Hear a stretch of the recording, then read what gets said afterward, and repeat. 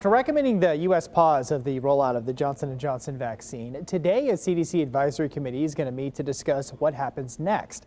Jared Hill is watching the developments from our Washington bureau. So not only is there the investigation into what the FDA is calling this very rare situation with the blood clots, but also an effort from public health officials to stress that the due diligence behind this shows how seriously they're taking the health and safety when it comes to the vaccines. The fact that this is being paused, it tells you something about how seriously we're taking adverse events. Nearly 7 million doses of the J&J vaccine have been given in the U.S. The government says 6 women so far have reported severe and in one case deadly blood clots. All between 18 and 48 years old, their symptoms all showed up 6 to 13 days after getting the vaccination. Now today, a CDC panel will, quote, review these cases and assess their potential significance. Dr. Fauci spoke about that investigation and what they might be looking into, including medical history. There may be clues when you go down and really get granular about every single case. In addition, they want to look at what some of the mechanisms are. The mechanisms may give some insight. The CDC says that if you are within 3 weeks of your Johnson & Johnson vaccine and fall under that group, one, don't panic, but also keep an eye out for anything like severe headaches or leg pains as well as pain in the abdomen. And if those do pop up, let your doctor know. Reporting in Washington, I'm Jared Hill.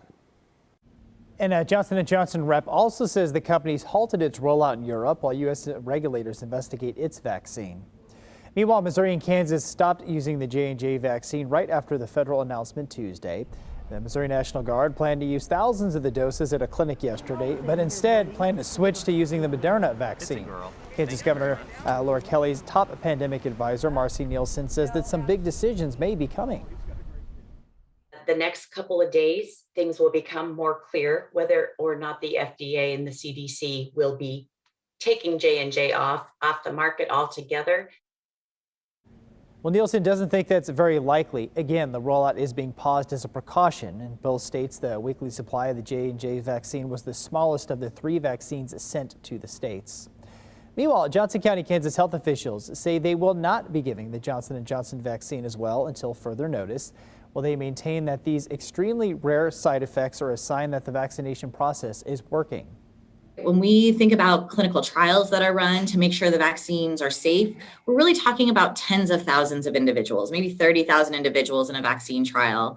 When we ramp that up and start immunizing millions of people, there are going to be very rare side effects that are only going to be caught when it gets up to that size. And on the Missouri side, Lee Summit hosts its first mass vaccination clinic. KBC9's Martin Augustine is live ahead of time in Legacy Park. Martin, good morning.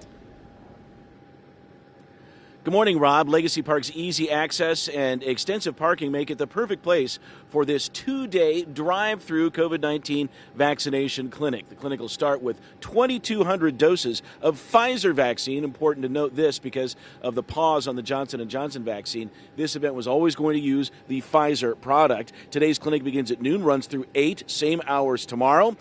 These shots are for everyone, 16 and older, but you must register with the COVID-19 Vaccine Navigator here in the state of Missouri. We also have a phone number where you can register. We'll show you that number in a moment. You will also need an appointment, so once you're registered through Navigator, you'll receive an email to schedule one. Now, as far as that phone number goes, here it is, right there on the screen for you to get registered for this event, 877-435-8411, 877-435-8411. You need to use this phone number if you can't register online or don't have reliable online access. This 2-day clinic being coordinated by the Jackson County Health Department, Lee Summit Medical Center, St. Luke's East, the Lee Summit Schools, and John Knox Village. Reporting live, Martin Augustine, KBC9 News. All right, sounds good. Thanks so much, Martin. Well, the vaccination drive-through at the Douglas County Fairgrounds stayed busy despite the Johnson & Johnson announcement. County health officials say that overall, before the news broke, the county had only given out about 1,000 doses of the J&J vaccine. Well, people who got their Pfizer doses Tuesday said they hadn't even heard of issues with the J&J vaccine. I have some friends that have received that. It is not concerning me whatsoever. And so far, we have not heard from anybody having any types of side effects or problems. Well, health officials did field several questions about the Johnson & Johnson development. They're waiting to hear from the FDA on what to do next. And we're keeping a close eye on coronavirus cases in the metro. 131 new cases and 5 new deaths were just reported in our 9-county area.